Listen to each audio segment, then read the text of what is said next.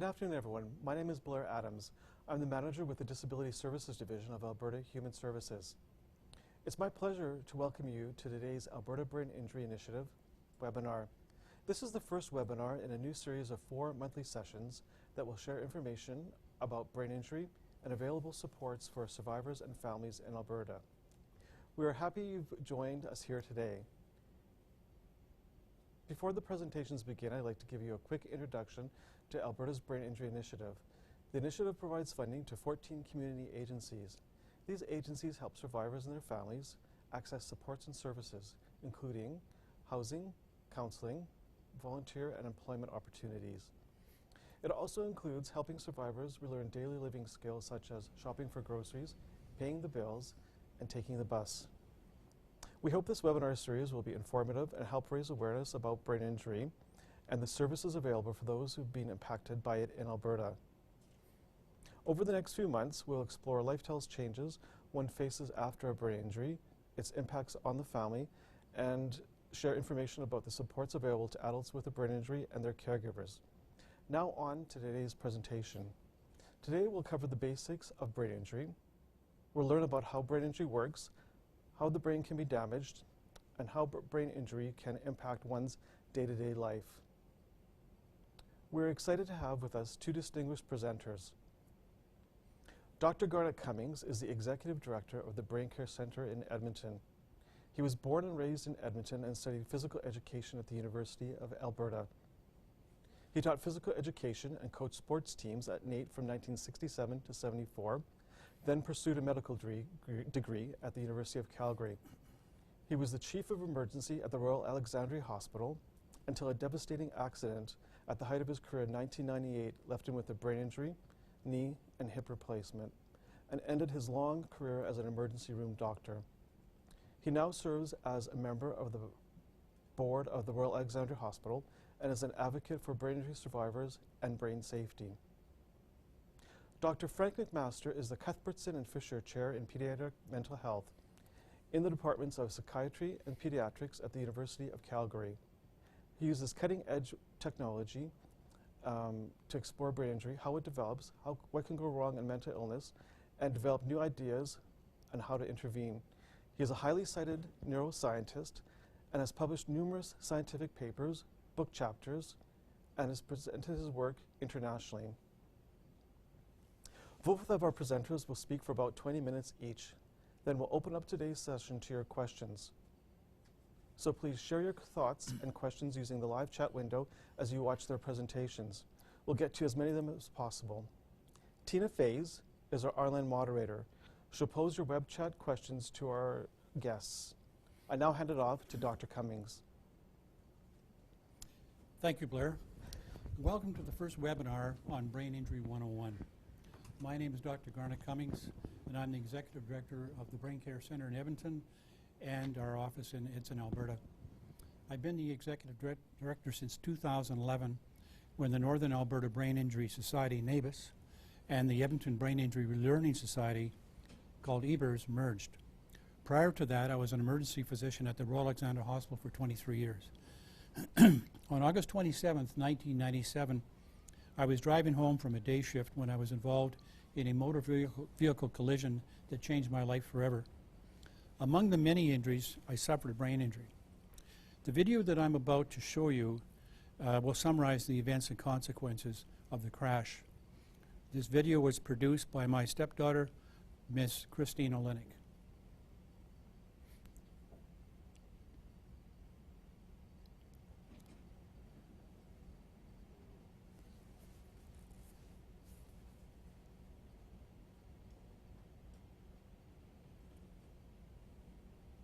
August 27th, I had worked a day shift at the Royal Alec Emergency Department. I left work and was driving home. I had a light that was red for me, so I stopped. And my light turned for me green, so I proceeded through, and that's pretty much it. It was just like an explosion went off. It was a big bang. And in my mind, I was standing in the field, watching the events that unfolded. And it was kind of an amazing experience because I had absolutely no pain. And I had this overwhelming feeling of comfort. It was kind of like like you suddenly got out of debt. that sort of feeling where life was really good. And then it's like somebody snapped a finger and I was back behind the steering wheel and I was covered in blood and glass and I had incredible pain. Because the doors were so badly bent and twisted, they really couldn't get me out, so they had to cut the roof off to get me out. I was impacted by a big 3/4-ton truck. He, or the driver, hit my passenger side and intruded my car by about 4 feet. His bumper was literally against my chest. He pushed me somewhere around 100 feet sideways straight down 100th Avenue. Next thing I know, I'm at the Royal Emergency Department that I had just left. Literally, in that 1 second of time, everything that I enjoyed doing was taken away from me. I enjoyed running. I couldn't run anymore. Certainly, I enjoyed medicine, and I found out not too long after that I couldn't practice medicine anymore. And it's kind of like taking away your identity. And I suspect that it had a huge impact on the family as well, because I was just recently married a year before, and although my wife would never say it, she probably knows that she's not married to the same guy that she was married to before. But that's what happens when you have trauma, that things change.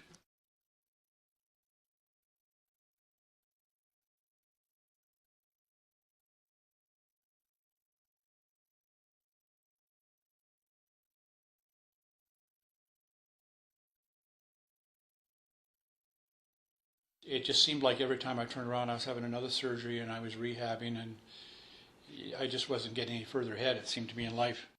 And then while all that's going on, I'm trying to deal with this memory problem because of the brain injury that I suffered. If I have something that comes to mind that I need to do it within about 25 seconds. Because if I don't, it's gone like it was never there. And you can imagine trying to manage patients when you got that sort of a problem. And at the same time, you're still trying to live. This was a real slug getting this hip redone. The rehab was, I did it myself at home because I have that kind of background, and it's really what you're doing is you're doing your exercises 2 to 3 times a day. Each set is probably anywhere from a half an hour to 45 minutes, and you have to do it because if you don't do it, then you don't get strong enough to start doing walking. Right now, I'm really not doing my exercises very much at all, but I'm walking 4 miles a day. Running is out because you can't run with artificial joints because impact will actually loosen those joints. Hockey, it's now a spectator sport for me. You know, I really enjoy watching it, and having coached it, I understand the strategies around it. So now I'm a hockey fan. I'm pretty much on the sidelines watching now, but that's okay. I'm okay with that. One of the things that happens when you get a brain injury is you don't take risks anymore. You don't take risks in anything, whether it's driving a car, public speaking, for example. I've been asked to do a public speak for NABUS in June, and I've got a little bit of anxiety about that. I used to public speak all the time.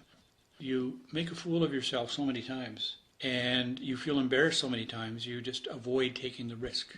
So I think what I see myself doing now is doing a little bit of risk-taking, in that I'm willing to step out now and do some public speaking and talking, and that'll probably be good for me to do. There's no question in my case that I've changed, and I can't change that. I think it's made me spiritually a much stronger person. I meet people, I help people in different ways. I help people medically when I can. So I'm thinking that maybe that's what I'm supposed to be doing. But it's very different than what I was doing before. You know, I mean, I could have been just as easily killed in that crash. And matter of fact, I probably should have been. But I wasn't. So my perspective right now is that you live every day to the fullest. You don't take people or things for granted because there's a real good chance that you may not have them tomorrow.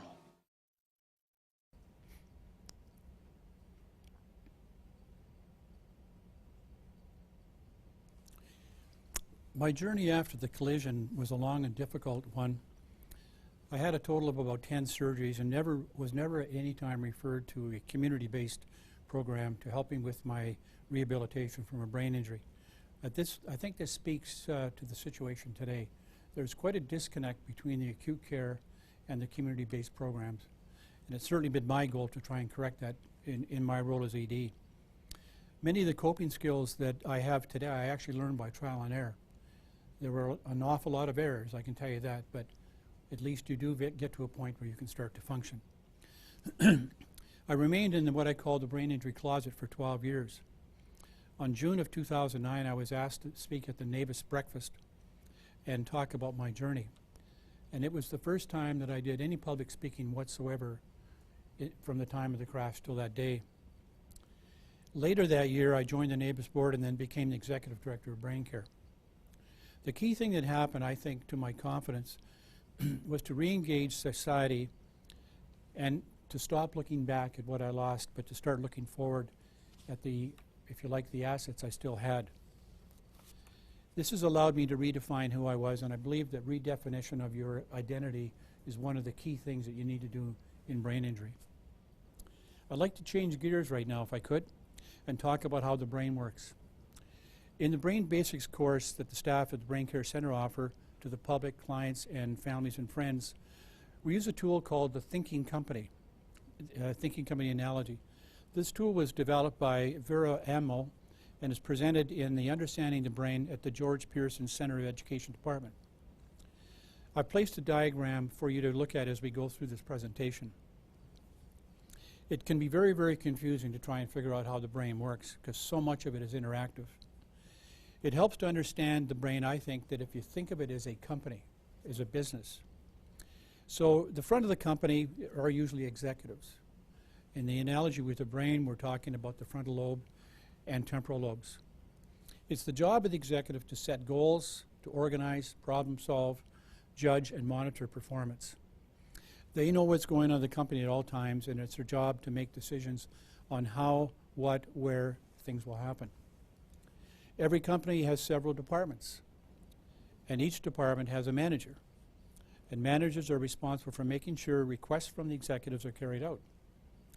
Managers sit in the middle of the left and right side of the brain, the parietal and temporal and occipital lobes. Some of the duties of managers have, but it's not an exclusive list, is number one, language. So things like word finding, saying the right word, understanding what words mean, speech. So the physical part of moving your tongue, moving your lips, making sound, and turning the voice on, if you like.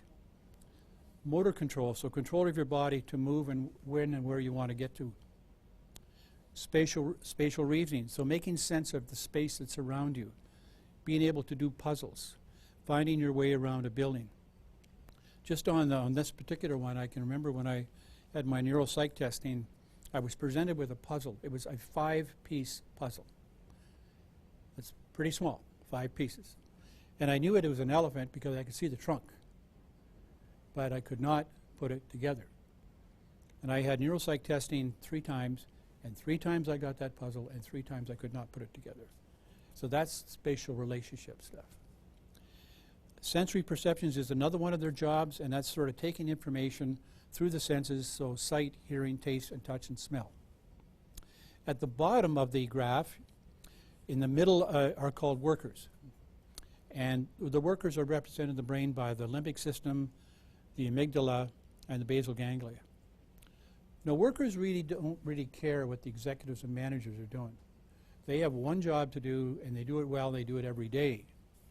And their duties include, but not limited to, appetite control, thirst for water, bowel and bladder control, need for sleep, emotions, and temperature control and digestion, and amongst others.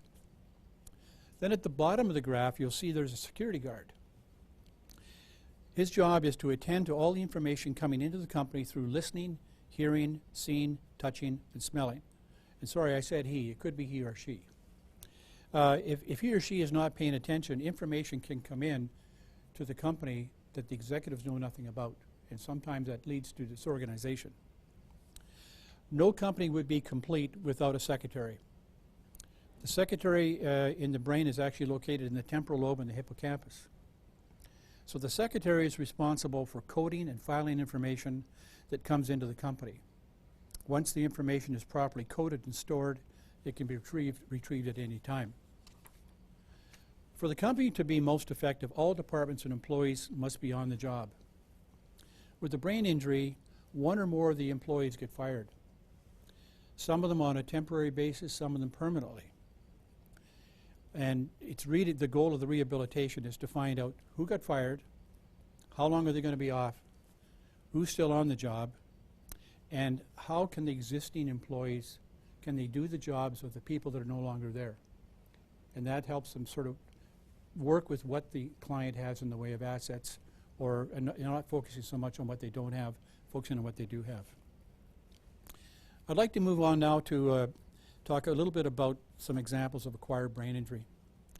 This list is not exhaustive, but I think it captures most of it. Traumatic brain injury is the one that I had, and I think in my experience is one of the most common ones. But I want to make sure that when people understand traumatic brain injury, you don't always think of motor vehicle collisions. A concussion is a traumatic brain injury. And there is an epidemic of concussions right now. And I can tell you at Brain Care we're paying attention to that.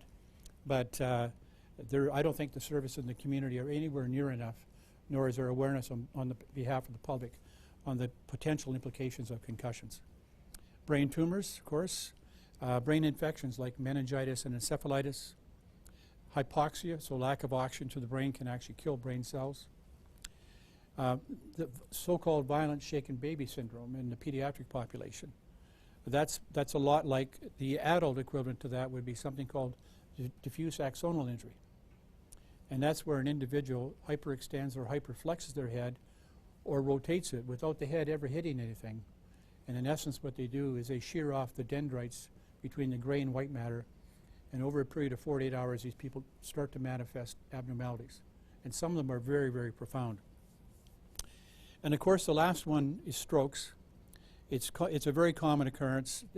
Most people don't think of it as a brain injury. I don't have a good explanation of why that is. Some of it might be marketing, because if you look at the way a stroke is being marketed, it's heart and stroke. So a lot of people think that it's actually a heart attack. But I'll get back to strokes in just a moment. So what are some of the challenges that can occur when somebody gets a brain injury? Well, the first one that I want to talk about is poor problem-solving skills, because a lot of the employees are not there. So if they have a task to do, and say one of the key managers isn't there, and some of the workers aren't there, then people are doing jobs they're not used to doing, and I think we all know the efficiency of that. Speech problems, that could be a motor function problem where they can't form the words, or they can't express the words because of an expressive aphasia. Personality changes and bursts of emotion. My wife can tell you all about that. It's real. It gets better with time, but there's a frustration that happens when you get a brain injury. You can't explain why you're doing the things you're doing, and you're very frustrated. And if you're in a good relationship, things get better. But sometimes relationship problems can occur because of this. And then, of course, there's a physical problem, so poor balance, problems with vision, headache, fatigue, problems with walking and sitting. There's problems with everyday living, so poor memory and attention. When I had my neuropsych testing, there were 3 or 4 areas that were very key, and they were significant, very significant in my case, that prevented me from going back to emergency medicine. And the first one was problem solving. Well, that's what we do. The next one was multitasking. That's what we do. The next one was spatial relationships. For example, I could no longer suture a scalp injury because I normally would work from the head and do it upside down. I couldn't reverse it. So that means I had to face the client and do the suturing. So you can imagine being on the table and I'm coming towards you with this suture. It doesn't always work well with people. And then the very last one was and probably the most interesting one with spatial relationships was, and it's sort of with multitasking, is being able to prioritize. In emergency medicine, that's what you live and die by. And sometimes that's what the patients live and die by. So the neuropsych testing I had brought those out. In many cases, I was 3 and 4 standard deviations below the norm. You can't practice medicine with that sort of problem. Problems with motivation and self-control. I can tell you that you become very demotivated when you have a brain injury. A lot of this maybe depends on what your pre-injury was. If you're a motivated individual and you get a brain injury, it might be that motivation you had before your injury that might help you get through it. But if you're a person that didn't have a lot of motivation, you get a brain injury, you're going to have a tougher road, I think. And finally, social problems. Certainly this one I walked into a few times.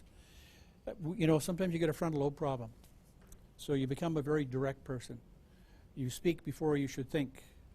And I still do that, but I'm better at it, and my staff at work are very good at cutting me some slack around that. But, you know, being very impulsive and getting foot and mouth disease, if you like, is commonplace with this sort of injury. The last thing I want to talk about is strokes, and we've touched on it a bit on the perception, I think, of public that a lot of people, including people that have strokes, don't think it's a brain injury. Well, so what is a stroke? Well, a stroke is an injury to part of the brain, and it happens through the blood vessels, and two things can happen to blood vessels.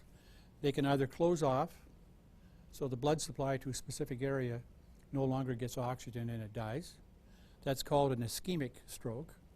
Or the vessel can burst. And when it bursts, blood is released in and around brain tissues. And of course, anything that would normally be supplied by that vessel no longer gets it. And that's usually called a hemorrhagic stroke. With the advent of what I call clot busters, and I don't want to give you the technical name, but just trust me, this is a drug that's given very early in the case of a stroke. It's totally changed the survival rate and the quality of life of people that get strokes. When I was still practicing, people were talking about even introducing it into the ambulance system so that it was a clear stroke problem, and they were pretty convinced that it wasn't a hemorrhagic stroke. They would give the clot buster very early. I can't tell you whether that's still going on or it's moved in that direction, but I do know that there's about a 3-hour window from the time you get a stroke to the time that you must receive this drug, assuming that it's not a hemorrhagic stroke. How is a person affected? Well, it really depends on what combination of parts of the stroke affects the brain. So you can understand that if you've got taste and smell and motor, well, you're going to have a combination of those things. Quite often these people will present with paralysis on one side of their body. They may have visual problems, and I'm going to talk about an example of that in a minute, where it might be either complete vision or partial vision loss. They'll have a thing called aphasia, and aphasia is being able to express yourself. So either you can't talk, or you can talk, but you can't interpret what's coming in. So somebody will talk to you, and it goes in, but it doesn't go where it's supposed to go. So when you say something, you give the answer to the wrong question. Very frustrating. There's perceptual changes that may not even recognize familiar objects. For example, I have in front of me a glass of water. A person with a stroke may say, that is a water something. But they can't tell you that it's a glass of water. Extremely frustrating. And obviously fatigue, which is a big part of it. Depression can also be part of stroke. Depression, matter of fact, can be a part of any brain injury whatsoever. Emotional expression and lability. I mean, there's no doubt that with the inability to kind of control your thoughts and your expression, you can imagine having one of these things, how easy it would be to anger.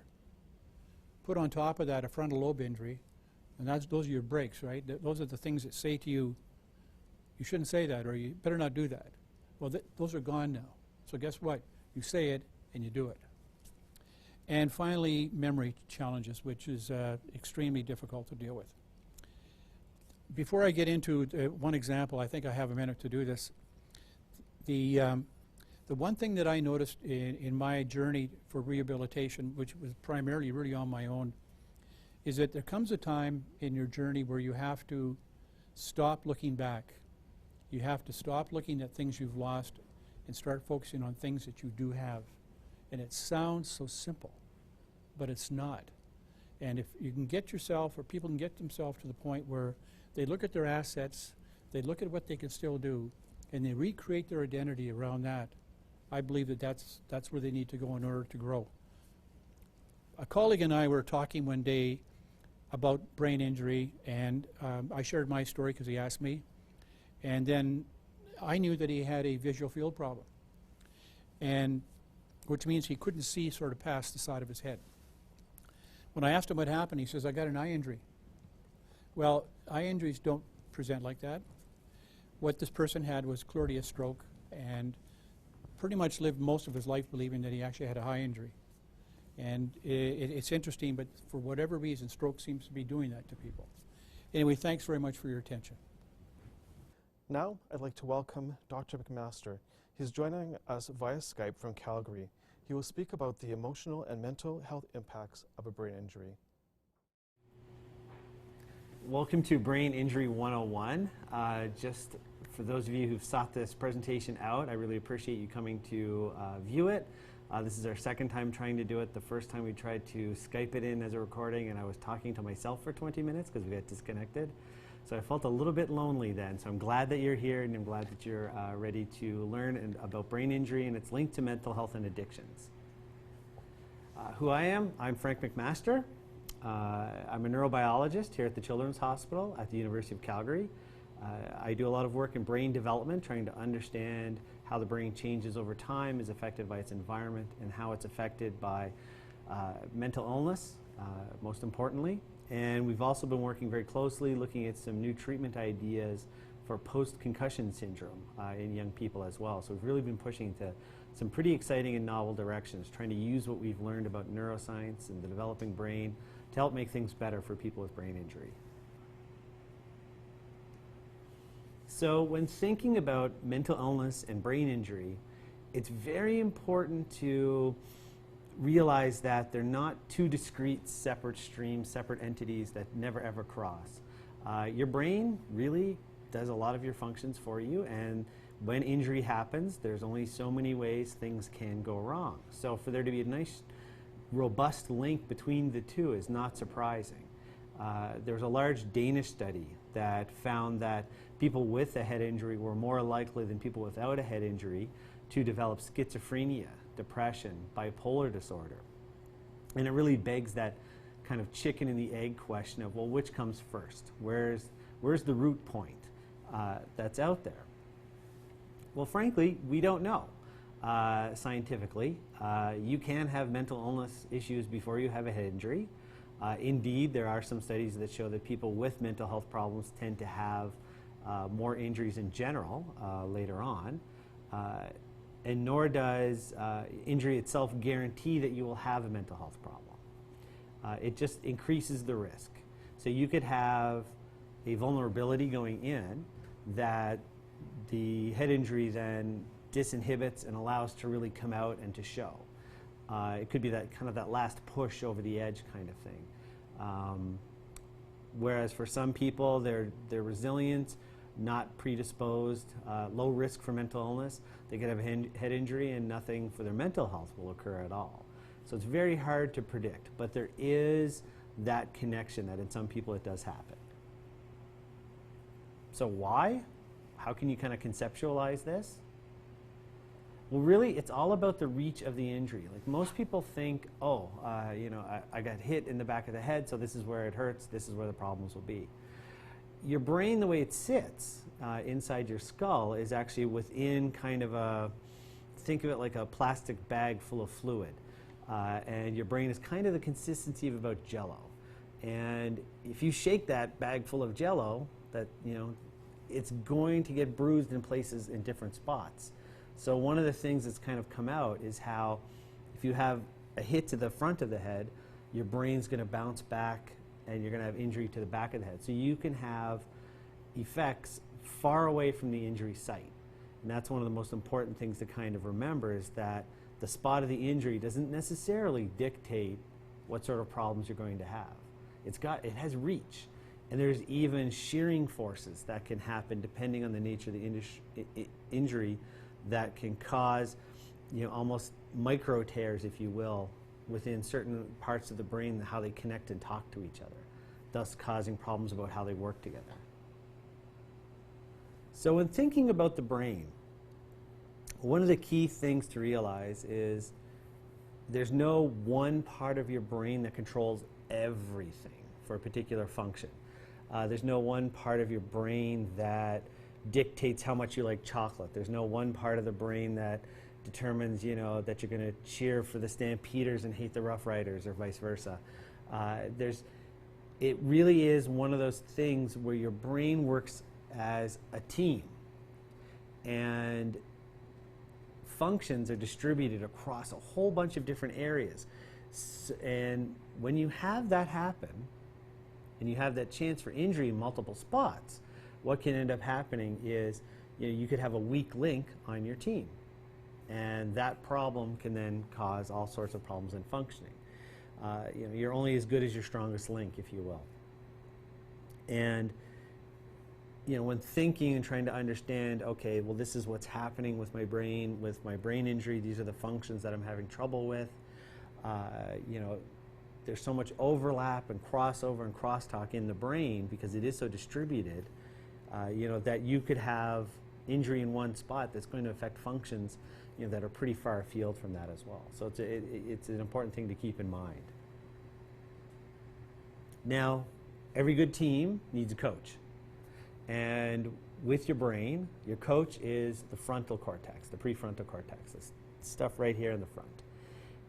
That helps mediate your executive function. And your executive function is really at the root of everything that makes you a viable adult. It's everything that we work with our children to try to get them to encourage to do. Teachers work to help to develop it. Community members, community groups work to help young people to develop these things. And it's that ability to delay gratification, to react appropriately to different stimuli, to regulate your emotions, to regulate your desire for reward, your ability to put off having the reward for a particular activity, and your ability to concentrate, plan out multiple steps. Really, like I said, everything that makes you a viable adult really is mediated by this front part. And it really helps coordinate all those other parts of the system to really make it happen. So really, the term I love to use when talking about executive function, it really is the boss of the brain. And you can think of it as being the one that really helps regulate all those other functions that your brain has to do, especially the conscious functions, the higher order things, attention, concentration. And when there is a brain injury, if you've got difficulties or problems or deficits in one of the team members, your executive function is going to have a hard time controlling that. If you have an injury that involves parts of your frontal cortex that causes problems with your executive function, that is going to be something that's going to have pretty far-reaching ramifications. Not just simple things, simple tasks, but the higher order things become much, much more difficult. And while I said that no one part of the brain really controls all aspects of a particular function, when it comes to the executive prefrontal cortex, they really do put the eye in the team, if you will. It really is. It's the prefrontal cortex is what's at the heart that really helps control things. For a lot of the important things that you have to do as a functioning adult. So, if you have a problem with your executive function, what does that mean? What's the implications? Well, developmentally, your executive function is really the last part to be fully cooked, if you will, while you're growing up. And it actually continues to develop actually deep into your late 20s, early 30s. Adolescence, by the measure of neuroscience now, actually extends to about age 25 these days. So your brain is still quite maturing, and if that boss of the brain isn't online, who's in charge? What happens? Well, there's two players that you need to know about, especially from the point of view for mental health and addictions. The nucleus accumbens and the amygdala. These are the two key areas that kind of come into play when your boss of your brain is having trouble. Now, your amygdala is about the size of an almond, and it's about the shape of an almond too. And it's a tiny structure, but it plays a big role. It's one of the earlier developing structures, and it really helps mediate how arousing and what emotional attributes you can give to a certain stimuli or event. And what does that mean? Arousal, do you feel calm? Do you feel excited? Emotional salience, is it good or is it bad? And your amygdala really helps mediate these responses. And when left unchecked or receiving bad information due to a brain injury, you can have a situation where your amygdala is applying all sorts of either inappropriate levels of arousal or inappropriate emotions to different stimuli. A lot of fear and anxiety that can happen. That's at the root of a lot of the anxiety disorders. A lot of the mood changes that can happen with depression. A lot of it is mediated by your amygdala. And when you have those things happen, you really can start to disinhibit or dysregulate that part of the brain, allowing a lot of those problems to really come to the forefront. So it's a very important thing to kind of think that, it's, if there's no boss there to regulate it, to keep the trains running on time, or to say that's an inappropriate response to this situation, the more primitive parts of your brain get to take control. And with the amygdala, you can also get a lot of aggression that can happen as well. Because you can think, what are your primitive emotional states? Fear, aggression, and without the boss of the brain to keep control, these are going to pop out at inopportune times. Now, if you hold up your thumb, like you see in the picture, and look at your thumbnail. Now, the nucleus accumbens is about the size of a typical thumbnail, so it's a very, very small structure, but it plays an incredibly important role when it comes to reward processing. And while your amygdala will say, I should be scared or I should be happy, your nucleus accumbens helps the brain determine and establish whether this is fantastic, I want to do this again, or this is horrible, I don't ever want to do this again. And your nucleus accumbens, when you start to think of it in that light of, okay, this is rewarding, I want to do this again, how do you think that would play out with regards to addictions if all of a sudden the boss of your brain is having problems and you're feeling disinhibited? You're going to get a lot of those urges that are harder to combat then, because your prefrontal cortex can't say, hey, this is not the time for that, cool it. Or that's a bad decision, we shouldn't go down this route. Your nucleus accumbens doesn't really care about long-term consequences. It just basically evaluates things as they come in and says, this is wonderful, or this is horrible, or I don't care. You get three choices, really. And for the things that it thinks are wonderful, it really goes for them. And that's an important thing to realize. And here we've got data from, on one side with the green markers, the green lines. If you look at that one, that is the nucleus accumbens underneath the little blob, underneath where the crosshairs meet. That's the nucleus accumbens in alcoholics while they look at alcohol-related stimuli while they're in the MRI machine. And their nucleus accumbens becomes very active, very excited at this process. And it's like, this is great, I want more of that, let's go. They become very reactive to it. Same thing if it was cocaine for people addicted to cocaine. Gamblers during gambling tasks really get quite a reaction.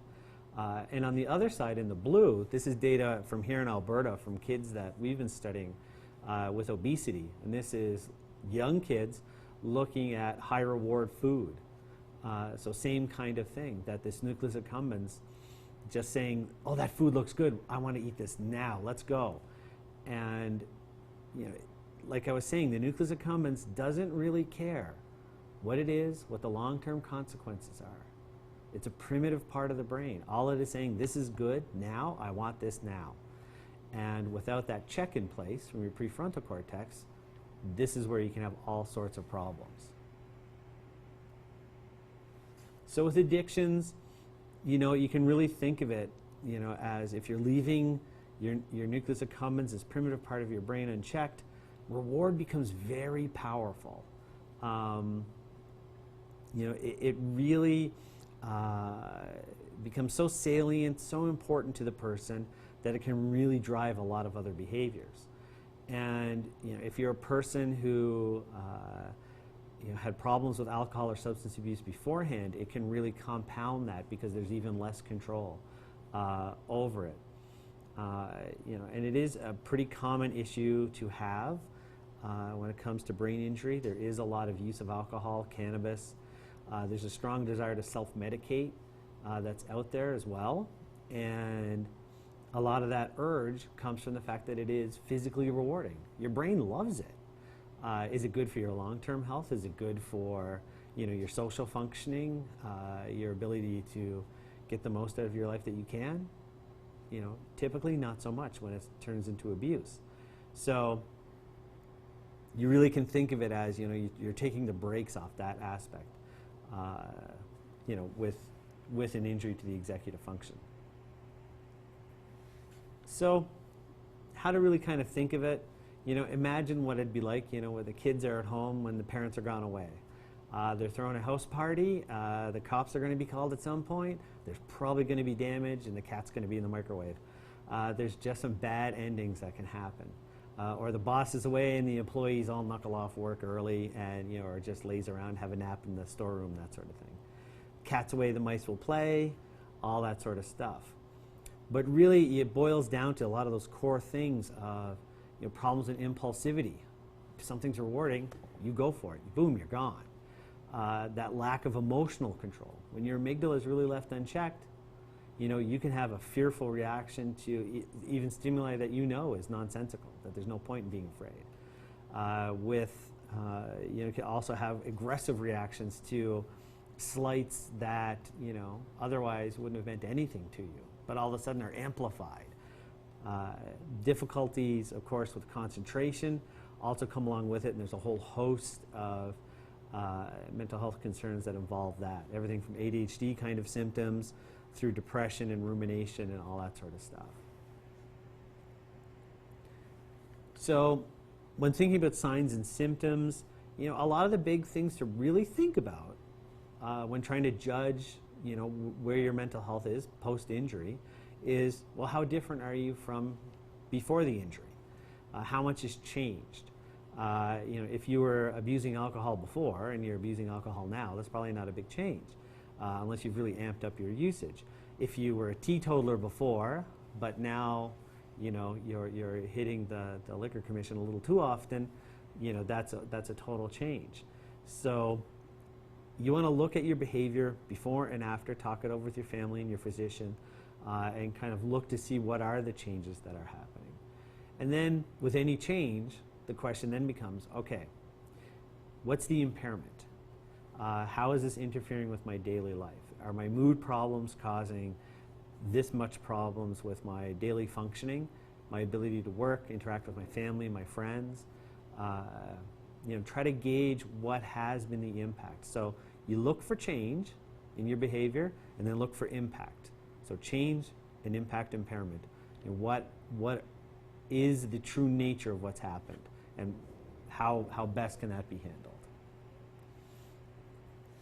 Now, with depression is one of the more common, or mood disorder is one of the more common results from a head injury. And most people think of depression, they think, oh, I'm sad because my goldfish died, or I'm sad because somebody scratched my car in the parking lot. It's not your typical Dr. Phil, Oprah kind of moment. It really is something that is a step beyond that. Like a lot of people think, oh, I can understand ADHD because I was bored in a lecture once. Or, it really is, when it comes to mental health, it's a step beyond what are the typical experiences in normal functioning. So it really becomes a question of magnitude.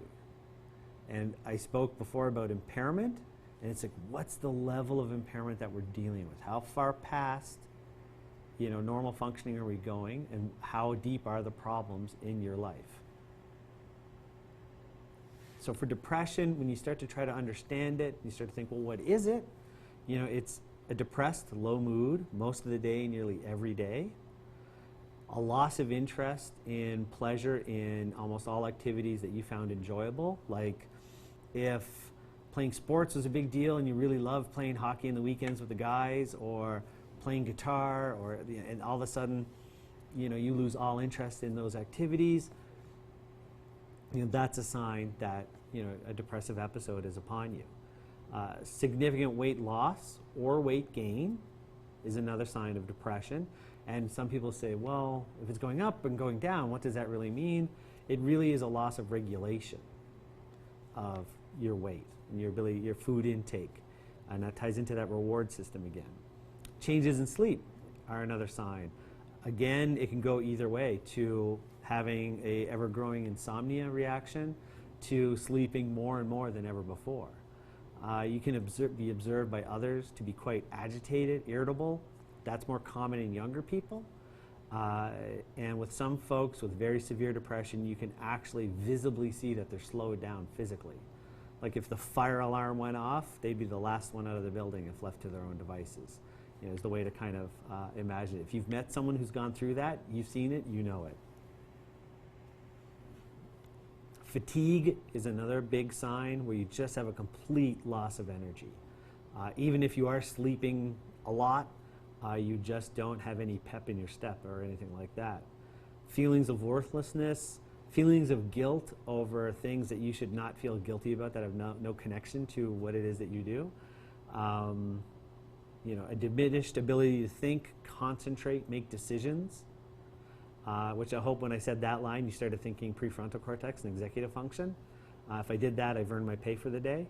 And of course, suicidal ideation, thoughts of death,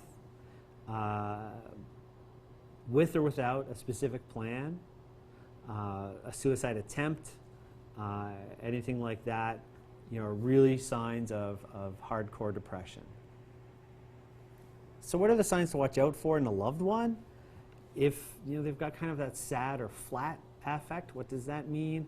That they either come off as being very, very clearly sad or just flat, like no ups, no downs, just this kind of kind of feeling. If they do have a preoccupation with the subject of death, and they say things like, oh, I'd be better off dead, that sort of thing. Any kind of suicidal thoughts or actions.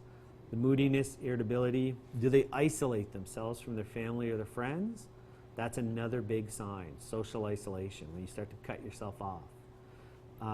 And for the young people in school, deterioration in academic performance is a big sign that depression is kicking in.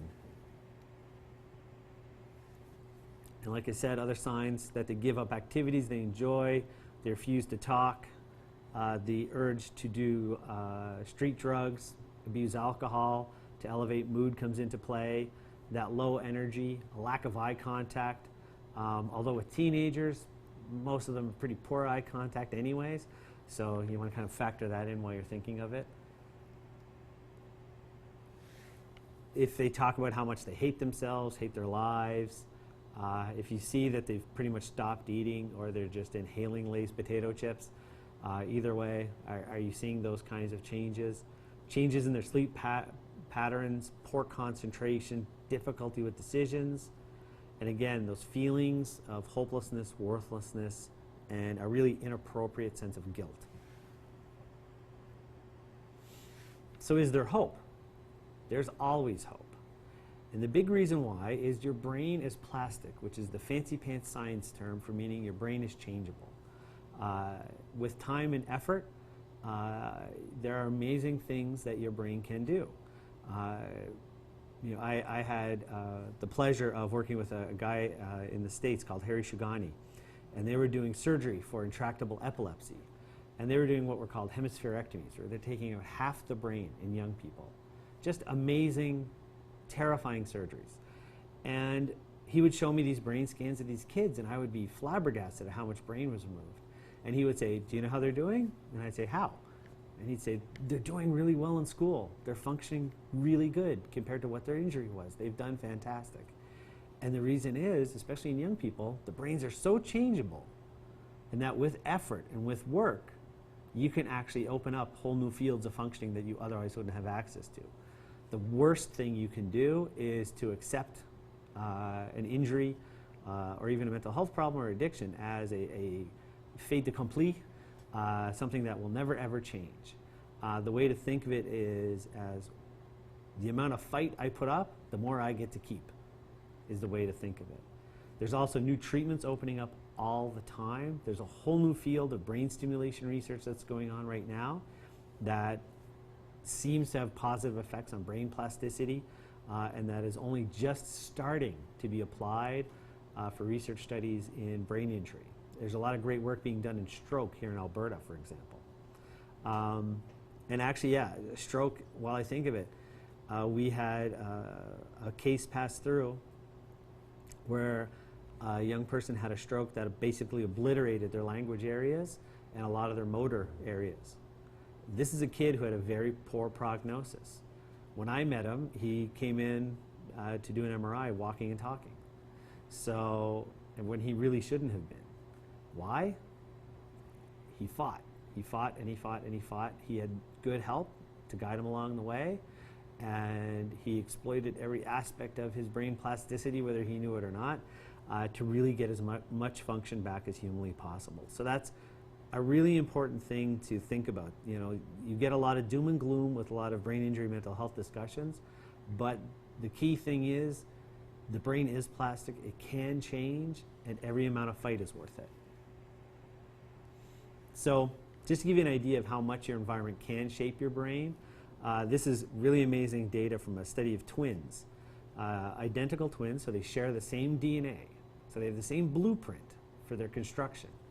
And the change in color that you'll see happen in their brains is what happens over time as an effect of environment. These are twins raised together, so same home, same environment, same school, same parents, obviously it's same genetic code, and you can see that as they grow up, their environment really changes their brain quite a bit. It goes from, you know, that move towards that red color, showing pretty significant differences in their brain. So your brain is uniquely yours, even if you have the same DNA as somebody else. It is uniquely yours. Your environment really can shape it quite heavily. And there's data about the effects of different activities that can happen. This is data showing differences. The differences in colors that you see are differences between people who have had extensive music lessons as a young person and people who had not. And you can see it substantially changed giant chunks of their brain being exposed to music lessons. And it pushed that plasticity in different directions. And that's an important thing to kind of remember. And a lot of people say, well, that's young people. Is that really going to help me? I'm 45 or I'm 50 or whatever. You know, is that going to help me?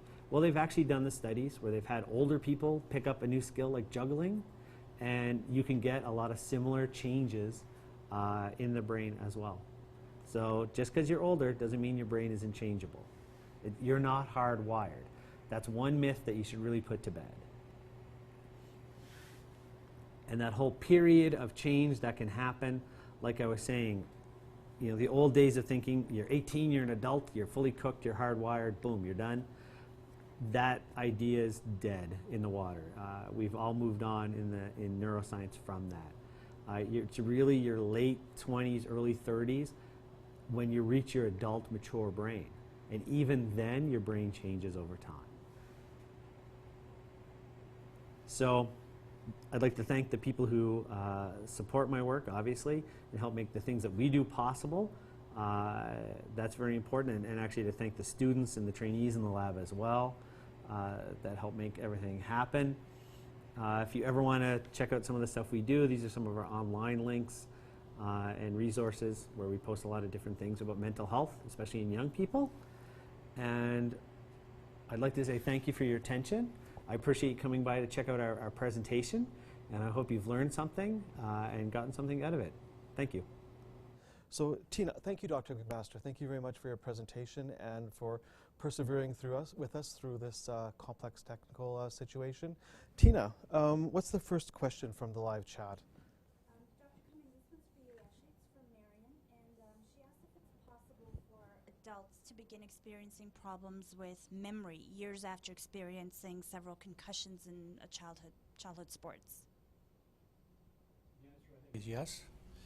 A lot of times these symptoms come on early, though. They're usually within the first, 2, 3, 4, 5 weeks. And I would say 80 to 85% of people with concussions get better. But there's 15% of people who don't get better. and their symptoms will not only stay around longer, but they actually might progress. The other thing about concussions that we need to always think about is the frequent concussions. People remember having one, but do they remember having 2, 3, 4, or 5? And I think the literature is pretty clear that the more concussions you have, the more you are likely to have sequelae from them. So I don't know if I've answered that question, but that's the way I would answer it. I have another question for you. It's from Sharon. She asks, what's your opinion on neuroplasticity, i.e. Dr. Norman Dodge? Also TBI treatment through light therapy, PONS device, and matrix repatterning. I can't really comment on the technology that she has asked, but I can talk about neuroplasticity. We see it every day at Brain Care, and I'm sure that the other agencies do as well. It's absolutely incredible that people come in and have some certain, if you like, deficiencies or inabilities. We goal set with them, and then we find as they come along, suddenly something happens, and they start to be able to do something better.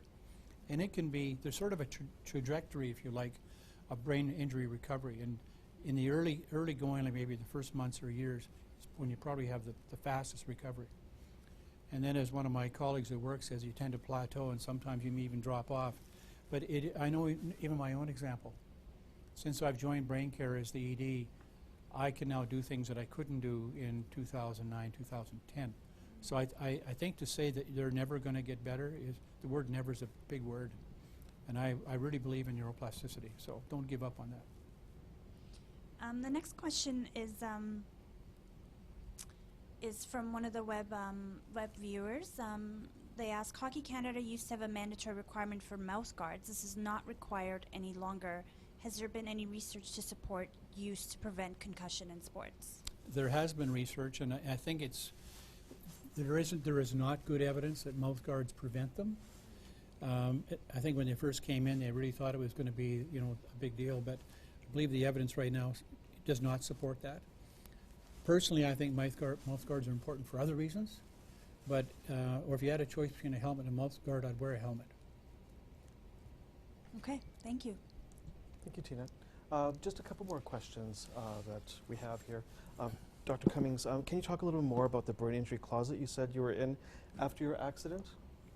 I sure can. It's a very warm place. It's a dark place, but it's warm because you don't have to interact with anybody.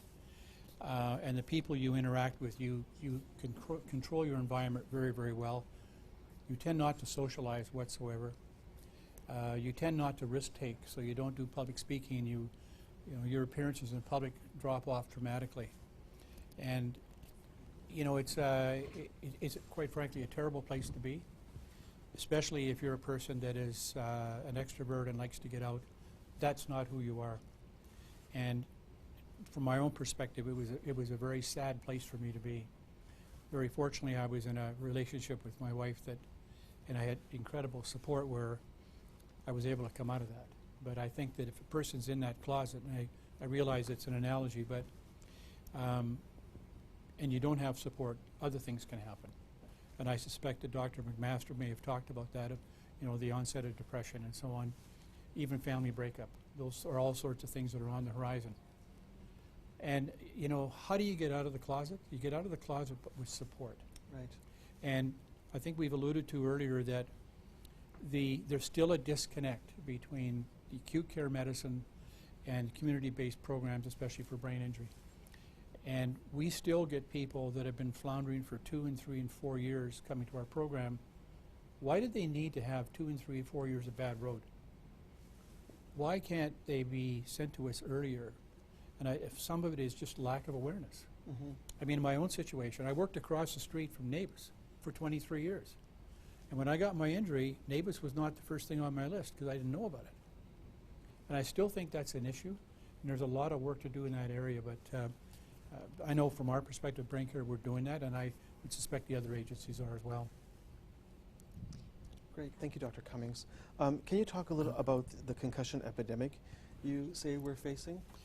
Yeah, I believe it was 2011, I think it was, when Sidney Crosby had his concussion. And suddenly the world woke up and realized that concussions can be a big deal. And it was for a couple of reasons. Number one, the sort of culture in sport is you get a concussion, you know, go in and have a drink of water and get out there and play again, right? Right. And that's kind of the culture. And the difficulty is that the more you do that, the more you are likely to have prolonged consequences. What made Sidney Crosby special is not only did he not tolerate that as an athlete, but the team didn't tolerate it. The team took a very high profile and a very high level, high road approach to his injury. And if I've got a series of newspaper clippings about Crosby where they said he'll be back in 2 weeks, he'll be back in a month, suddenly he's not back in a year. And a year out of sport is a long time. Right. And I think that, first of all, that was so public, and number two, is handled extremely well, that people started to say, geez, this concussion can be a big deal. And if anybody attended our breakfast last year, we had a wonderful speaker who talked about something that happened in her life and the consequences of multiple concussions with her husband.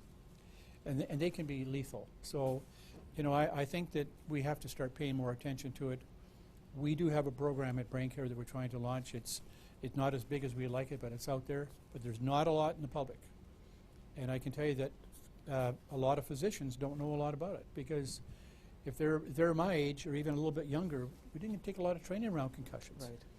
The young people coming out have it. So there's this very steep learning curve, even in the healthcare, on the acute care side, about, you know, what's the potential long-term effects of concussion. Right. Thank you. Yep. Can you talk a little bit more about how you made the switch from focusing on your injury, as you say, developing a new identity? Yeah, I can. You know, in my mind, one of the key things was you get the litigation behind you. I know, and my wife and I have talked about this many, many times. The litigation in my crash took 8 years. So my income dropped significantly from 100% to probably 15%, very dramatically. And that has impacts, you know, on your house and your bills and all that good stuff.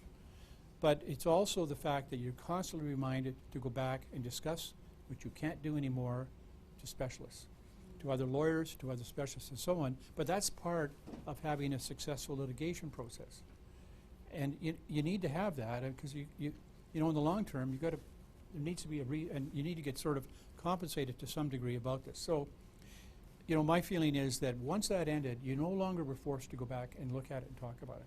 You could look forward and start planning around what you can still do. Okay. You talked about like the relationship issues that happen after a brain injury. Could you talk about how you're able to move through those and how the Brain Care Center can provide some support? Well, you know, I won't talk personally about that, because I think I've already talked about that enough from my perspective. But Right. at the Brain Care Center, we're very, very privileged to have a highly talented, diffuse staff. Two of our staff are counselors. I believe they're both master's trained counselors. So we have occupational therapists, counselors, and service coordinators. And when a client comes in who suffers an injury, they'll get sort of a full panel of questions, and they'll get like an intake interview. And in that intake interview, you find out what are their struggles, what are the things that they're trying to deal with, and maybe what their goals are. Right. And then based on their goals, various staff will be called in to deal with the individual. And so it's a very individual, customized program.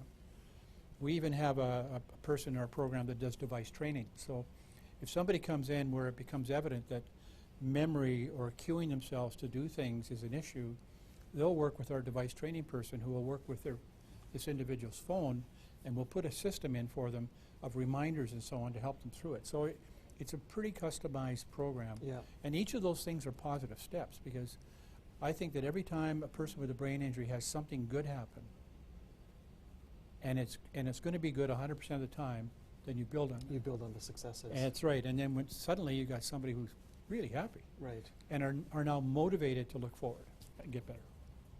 That's kind of the, you know, at a very high level what we do. That sounds really great. Can I want to interrupt you for a little Yeah. bit. I have a few questions from the web chat that I was hoping we can get to. One person asked, can chiropractor's adjustment of C1, addressing whiplash, agitate or cause further problems for someone struggling with a brain injury? Was that T1 or C1? C1. C1. Boy, that's a loaded question. You know, I honestly can't tell you whether I'm current on that evidence or not. C1 is really high up in the cervical spine. And if somebody is doing manipulation because they think they say it's going to help with concussions, I'd like to see the evidence because it's extremely high up in the spinal cord. Some of the literature, and I'm not here to bash anybody, but some of the literature I have seen where young children have been manipulated for whatever reason at that level, and there's been some disastrous outcomes. I'm sure there are some very positive stories out there as well. But if I was a person seeking that kind of therapy, I would want to look at the literature first. I guess that's all I can really say. Okay, thank you. Sharon asks, it's been 1 year since my brain injury. Can you talk more about some of the resources available in Edmonton to help? There's, well, first of all, there are resources that can cost you dollars. So there are some private agencies out there for sure. And then there's programs like ours that basically is free, sponsored by Human Services and Alberta Health Services. The difficulty is, for some people, is actually getting into it. And the only requirement we have is you must be referred by a healthcare provider. So if this person is struggling with this, all they really need to do is to see either their family doc or a nurse practitioner or somebody who's a healthcare provider who's willing to put in writing that this person has suffered a brain injury and then provide us with the supporting documentation. That would get them in the door as an intake, and they would have the intake interview, and then based on that, their pathway would be determined. It's not difficult, and as a matter of fact, most of our processes are online. So if you go to our webpage at www.braincarecenter.com, there are some of that process is described very nicely in there. Okay, thank you. Last question I have for you is, if someone is not recovered after years of rehab, is there any chance that the person will ever recover? I'm sorry, could you repeat that?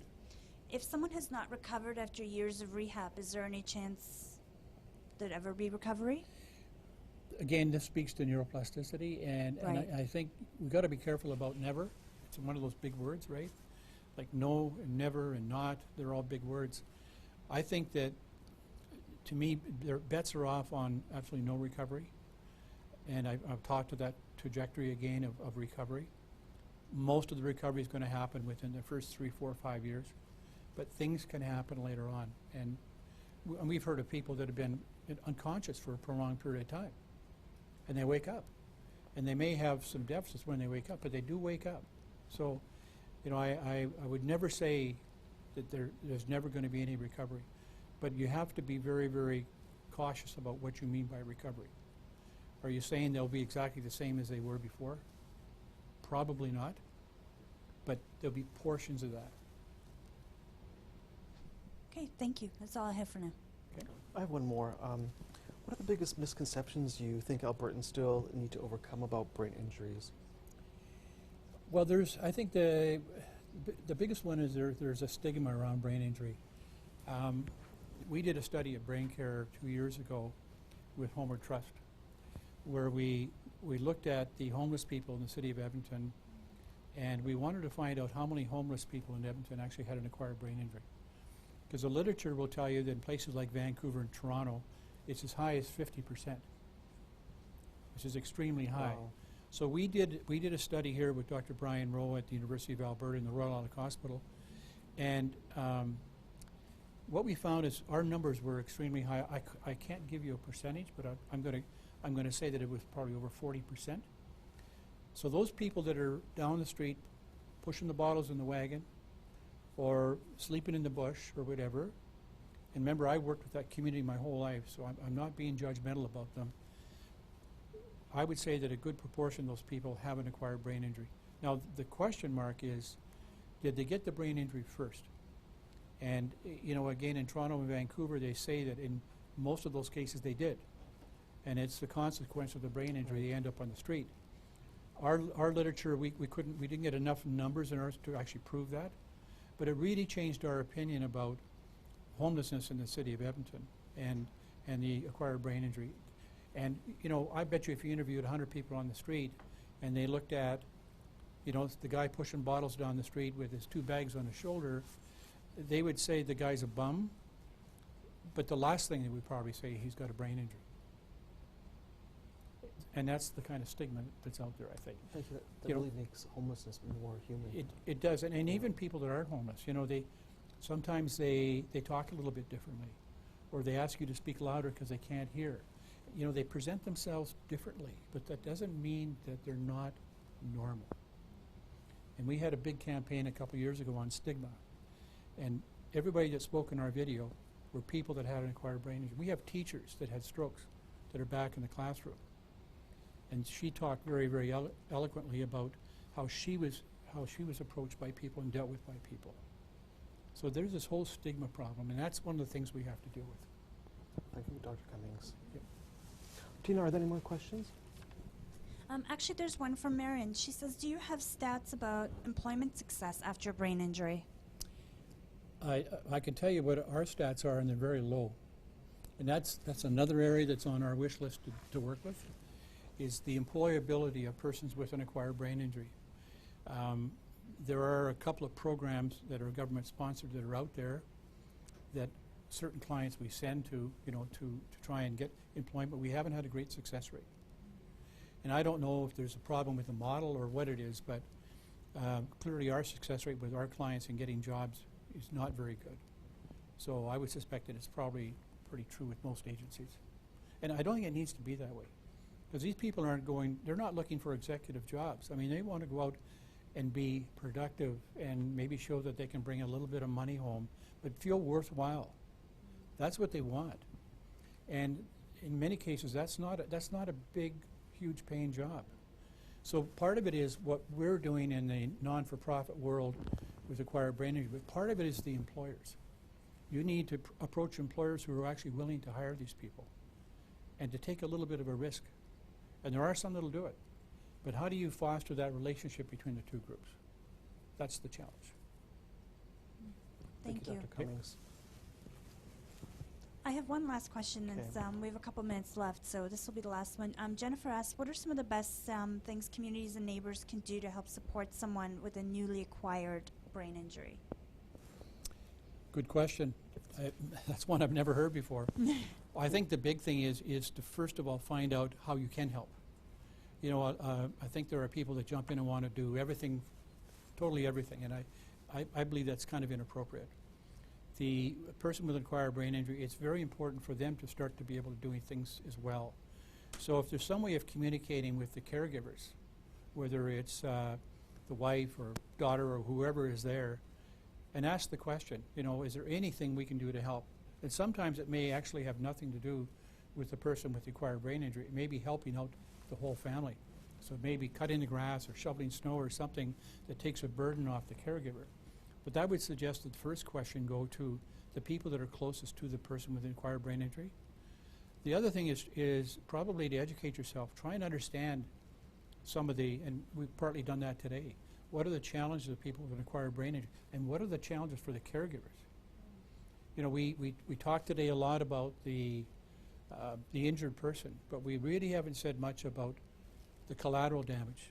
And the collateral damage, you know, are the wives and the daughters and the aunts and the uncles and the friends. And you know, we need, and I know Human Services does pay attention to that, and thankful they do. But then, you know, if these people are seeking to help them, they're actually becoming an informed part of the caregiver team. So it's important to know how you fit on that team. But don't jump in with both feet. Be cautious and talk to the people that know. Okay? Can I squeeze in one more quick question? Sure. Someone's asking, how can you support someone who's in denial about having a brain injury? Again, that's a difficult one because that's a very typical step. Is I mean, it? yeah, Okay. I mean, it's, you know, probably could be the first year, maybe even 2 years, I was in denial. When I had my injury, there was absolutely nothing wrong. And I'll share a personal story with you just to exemplify this. I can remember going to West Edmonton Mall one day and driving. Probably should not have been driving, but I got there and I got lost, and I ended up having to call my wife. And I wasn't even sure while I was in the mall that I actually took my car.